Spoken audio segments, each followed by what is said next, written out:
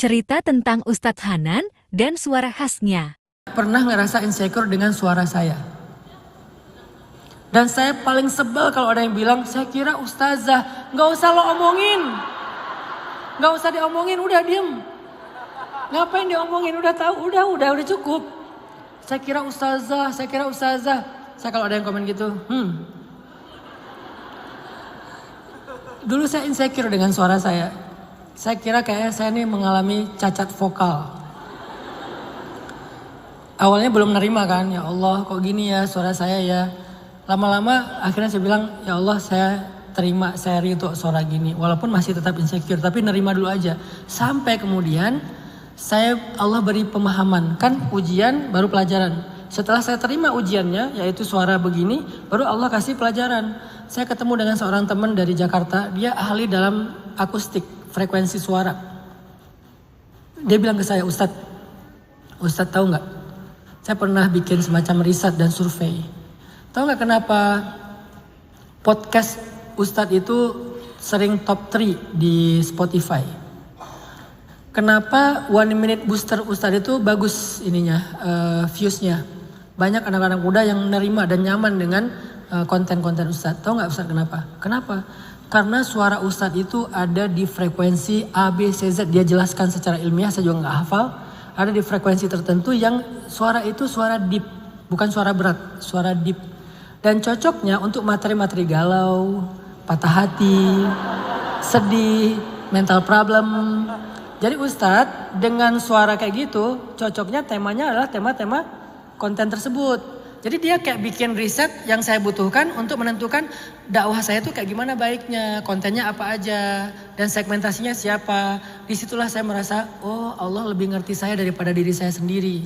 Saya pikir suara saya cacat vokal. Menurut Allah suara kamu itu untuk kebutuhan ini. Makanya akhirnya Ustadz tuh gak cocok tablik akbar. Ustadz gak cocok orasi. Ustadz cocoknya sharing. Makanya setiap kali saya ngadain tablik akbar selalu gagal. Di belakang. Enggak kedengaran. Makanya tuh ikut sharing time sih. Karena kalau tabligh akbar suara saya kan bukan suara orator ya. Saya pernah baru pulang dari Mesir disuruh ceramah kan, tabligh akbar gitu kan. Saya bingung nih gimana cara ceramahnya nih. Pakai gaya siapa? Mulailah saya ganti-ganti gaya. Pertama Zainuddin MZ. Assalamualaikum. Gak cocok. Pertama bukan gaya gue banget. Yang kedua suaranya kurang berat.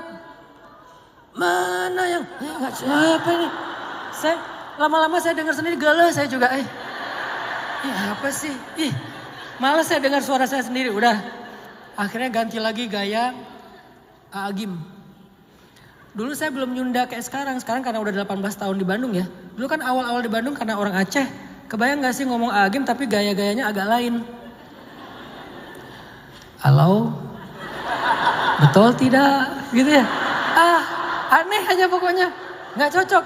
Ganti lagi gaya siapa sampai akhirnya saya ketemu dengan dia jelasin frekuensi suara Ustadz itu ada di level ini, materi yang cocoknya tentang ini, cara ngomongnya di forum yang seperti ini.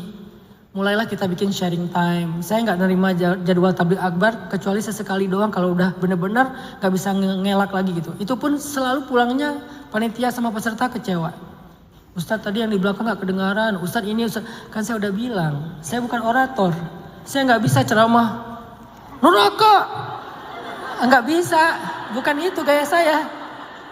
Neraka lah, sesat lah. Gak gitu gaya saya. Saya ceramahnya ya sharing. Ya kalian gimana, santai, ngobrol. Kayak orang ngobrol di kafe gitu ya. Emang gayanya gitu. Kenapa? Karena takbirnya suaranya suara sharing. Bukan suara orator. Takbir, nggak ada yang takbir. Kalau saya suruh takbir, kan nggak enak ya. Kan orang lagi gitu kan pengen yang menggelegar gitu. Takbir, Allah. Saya bilang takbir. Apa? Ngomong apa tadi? Kan jadi hilang lagi vibes-nya. Jadi saya emang bukan bagian itu. Udahlah bagi-bagi tugas. Masing-masing orang punya bagiannya sendiri-sendiri. Bagian saya adalah sharing, duduk santai, ruang ber-AC, suaranya Dolby, surround.